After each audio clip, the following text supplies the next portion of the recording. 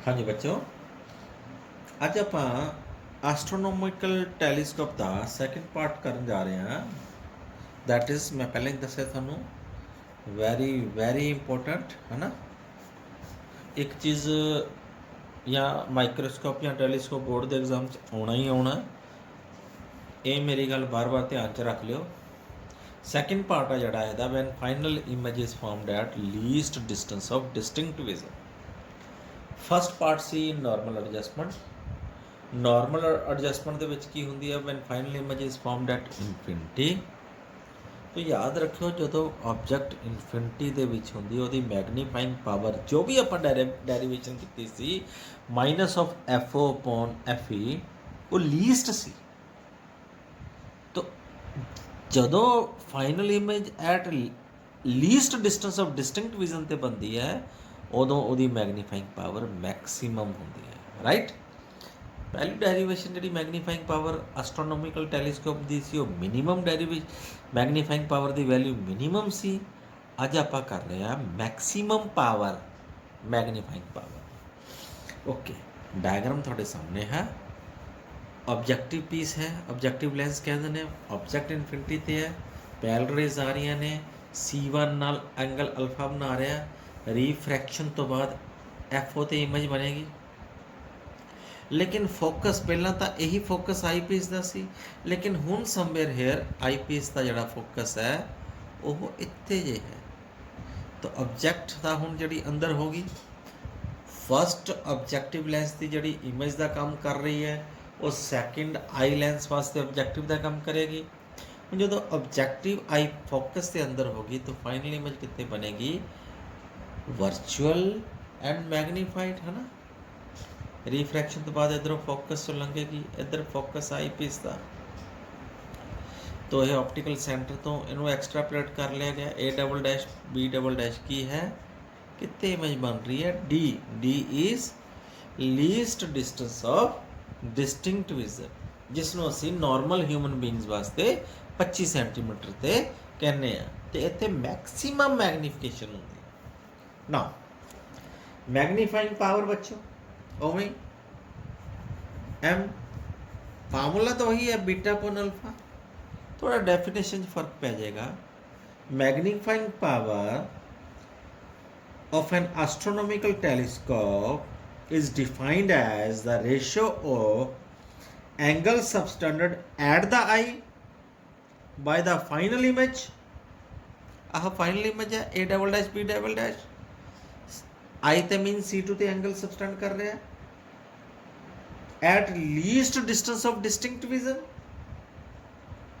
to the angle subtended at the eye by the object किथे at infinity when seen directly means जे अख राही असी सीधा object ਨੂੰ देखिए, ऑब्जेक्ट जो एंगल बनाएगा, जो अल्फा इत्थे एंगल बना रहा है तो नो डाउट वही एंगल ऑलमोस्ट इत्थे बनाएगा ना जो when seen directly। तो यह magnifying power beta upon alpha. थोड़ी जी डेफिनेशन जी फर्क है। रे डायग्राम मैं थानू पहले ही कहा सी, जिवें मैं बनाई है बड़ी नीट एंड क्लीन, इसे तरह की रे डायग्राम तुसी बनानी है। वधिया होएगा तुसी पेंसिल स्केल ना बनाओ, है ना। जे पेन ना बनानी है तो याद रखना, जो मेरे तो गलती हो गई सी पिछली वीडियो लेक्चर वो जी गलती नहीं होनी चाहिए। जिवें मैं इस वीडियो डायग्राम बनाई है इदां दी डायग्राम साफ बननी चाहिए तुहाडी। मल्टी कलर की लोड़ नहीं, सिंगल कलर यूज़ कर लो, ब्लू कलर या black colour. Red colour is not allowed in board exam, ये ध्यान च रखो। Red and green colours are not allowed in board exam. सिर्फ दो कलर अलाउड है बोर्ड एग्जाम के पेपर दे विच, ब्लू कलर या ब्लैक कलर। ओके, तो मैग्नीफाइंग पावर की डेफिनेशन आप समझाती है, दी डेरिवेशन करते हैं। तो एज एंगल्स आर स्मॉल तो वी कैन राइट बीटा नू tan beta and alpha no tan alpha। now in triangle A dash B dash C2, A dash B dash C2 आ छोटी triangle they which what is tan of beta, that is a dash b dash upon c to b dash perpendicular upon base. But similarly in triangle a dash b dash c1, a dash b dash c1 इस triangle ਦੇ ਵਿੱਚ tan of alpha ਆਪਾਂ ਲਿਖ ਸਕਦੇ ਹਾਂ ਇੱਥੇ what we can write a dash b dash upon c1 b dash, putting in equation 1, putting these values in equation 1, ये values ऊपर put कर देने हैं. मैग्नीफाइंग पावर m क्या आ जाएगा, tan बीटा की वैल्यू पुट करांगे a dash b dash upon c2 b dash divide करांगे तो मल्टीप्लाई कर देने into c1 b dash upon a dash b dash. a dash b dash तक कटा जाएगा, क्या रह गया अपने को c1 b dash upon c2 b dash. Now what is c1b dash? We can write c1b dash is equal to fo, no doubt. c1b dash की बराबर होएगा फोकल लेंथ fo. लेकिन c2b dash जड़ा है क्योंकि ये आई लेंस का objective piece है, इसनों लिखांगे माइनस ऑफ यू ई. तो मैग्नीफाइंग पावर की थां तो लिख सकते हैं fo upon minus of u e. दिक्कत सिर्फ यू ई वास्ते. Now for eye lens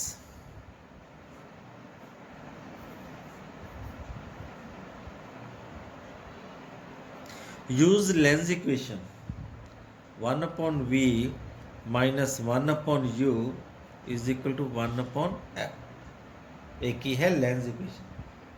Now VE final image for eye lens which is equal to minus of D, least distance of distinct vision. Negative sign quite natural, sign convention के अंदर opposite to the incident ray. U is equal to minus of UE. Object distance तो हमेशा ही minus लिखांगे, C to B dash minus UE. F focal length क्योंकि बच्चों convex lens है तो प्लस एफ पी पुट करांगे वैल्यूज इस इक्वेशन दे विच.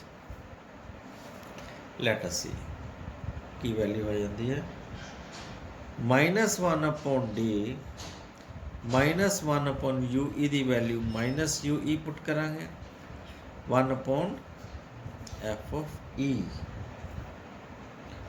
तो मेरे को रिलेशन आ गया है प्लस हो जाएगा माइनस माइनस प्लस. अब माइनस 1 अपॉन डी इधर आके प्लस 1 अपॉन डी हो जाएगा. मीन्स 1 अपॉन यू ई क्या आ गया 1 upon F E plus 1 upon D. इन्होंने दोनों च एफ ई कॉमन ले लेने 1 अपॉन एफ ई कॉमन ले लिया. ब्रैकेट च लिख सकते हैं 1 upon F E upon D. ठीक है ना. नेक्स्ट मैग्नीफाइंग पावर जड़ी सी आ वाली magnifying power you see this one. Give this equation number 2. Magnifying power आपा की लिखी है f O upon minus you e, यही है ना. तो 1 अपॉन यू ई की वैल्यू आप पुट कर देने इतने माइनस आ जाएगा F upon minus F E, बाकी वैल्यू इतने आ जाएगी. राइट. तो मैग्नीफाइंग पावर क्या आ जाएगी एम. मैं दोबारा लिख लेना मैग्नीफाइंग पावर जड़ी मैं पहले लिखी सी F O upon minus you E and 1 upon U E की वैल्यू मैं डिराइव की है 1 upon F E brackets 1 plus F E upon D. आ वैल्यू पुट करनी है इस इक्वेशन. तो मैग्नीफाइंग पावर आ जाएगी F O upon minus of F E into 1 plus Fe upon d. So this is magnifying power of an astronomical telescope when final image is at least distance of distinct vision. Negative sign shows magnifying power की जी negative sign है कि shows कर दी है कि जी final image है is inverted उल्टी है। याद रखियो आ जी मैग्नीफाइंग पावर आप प्रूव की है एक ही है मैक्सीमम है। जी पहला मैग्नीफाइंग पावर प्रूव की सी एस्ट्रोनॉमिकल टेलीस्कोप सी minus of FO upon FE ओ की सी मिनिमम सी। This is maximum magnifying power FO upon minus of FE into 1 plus FE upon D. This is maximum magnification and this case is minimum magnification in case of astronomical telescope. Okay, next साढ़े कोल हैगा terrestrial telescope.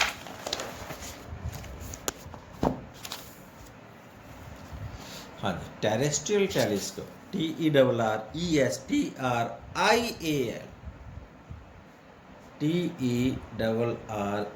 TERRESTRIAL terrestrial terrace ਦੇ ਉੱਤੇ ਆਪਾਂ ਜਿਹੜਾ telescope use ਕਰਦੇ ਆ ਮਤਲਬ army ਜੋ ਯੂਜ਼ ਕਰਦੇ ਆ ਜਾਂ ਆਪਾਂ ਦੂਰ ਦੇਖਣ ਵਾਸਤੇ ਯੂਜ਼ ਕਰਦੇ ਆ ਦੂਰਬੀਨ ਜਿਹਨੂੰ ਆਪਾਂ ਪੰਜਾਬੀ 'ਚ ਕਹਿ ਦਿੰਦੇ ਆ ਉਹ ਟੈਲੀਸਕੋਪ।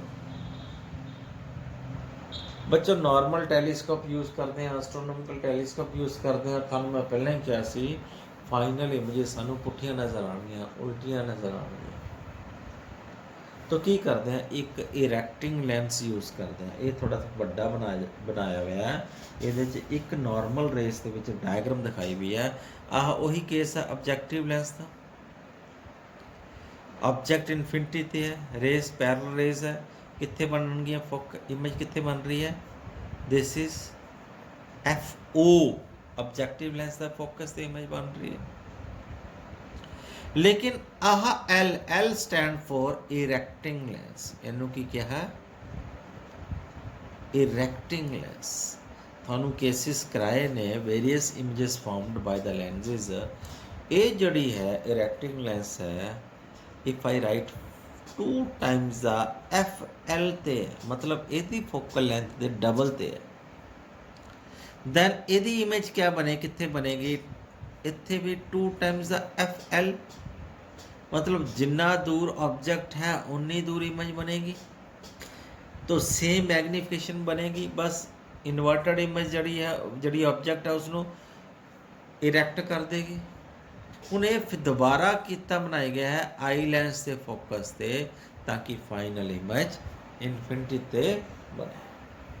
तो फर्क ही ਇਹਦੇ ਤੇ ਉਹਦੇ 'ਚ फर्क कुछ नहीं पिया एस्ट्रोनॉमिकल टेलीस्कोप ਅਤੇ ਟੈਰੇਸਟਰੀਅਲ ਟੈਲੀਸਕੋਪ ਤੇ फर्क कुछ नहीं पिया क्योंकि आ जड़ा है ML जड़ा है ਇਹਦੀ मैग्नीफिकेशन 1 है मीनस जिन्ने साइज़ ਦੀ ऑब्जेक्ट है उन्ने साइज़ ਦੀ इमेज है बना दिंदा ਇਹਦੀ मैग्नीफिकेशन 'ਚ कोई चेंज नहीं हुई मीनस ਆਪਾਂ ਲਿਖਦੇ ਨੇ total magnification is equal to MO into ML into ME तो ML तो पहला ही मान क्या है क्योंकि यदि एडजस्टमेंट ही इस तरह हो रखी है कि ऑब्जेक्ट जोड़ा ये सिर्फ इरैक्टिंग लेंस कहा गया इनू सिर्फ सीधा करने वाली लेंस है means that is equal to MO into ME।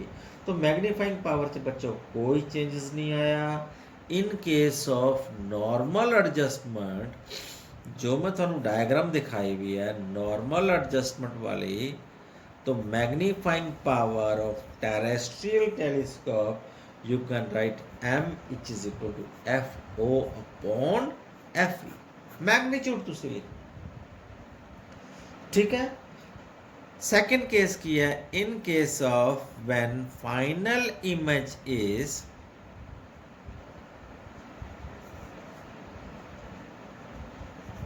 Least distance of distinct vision.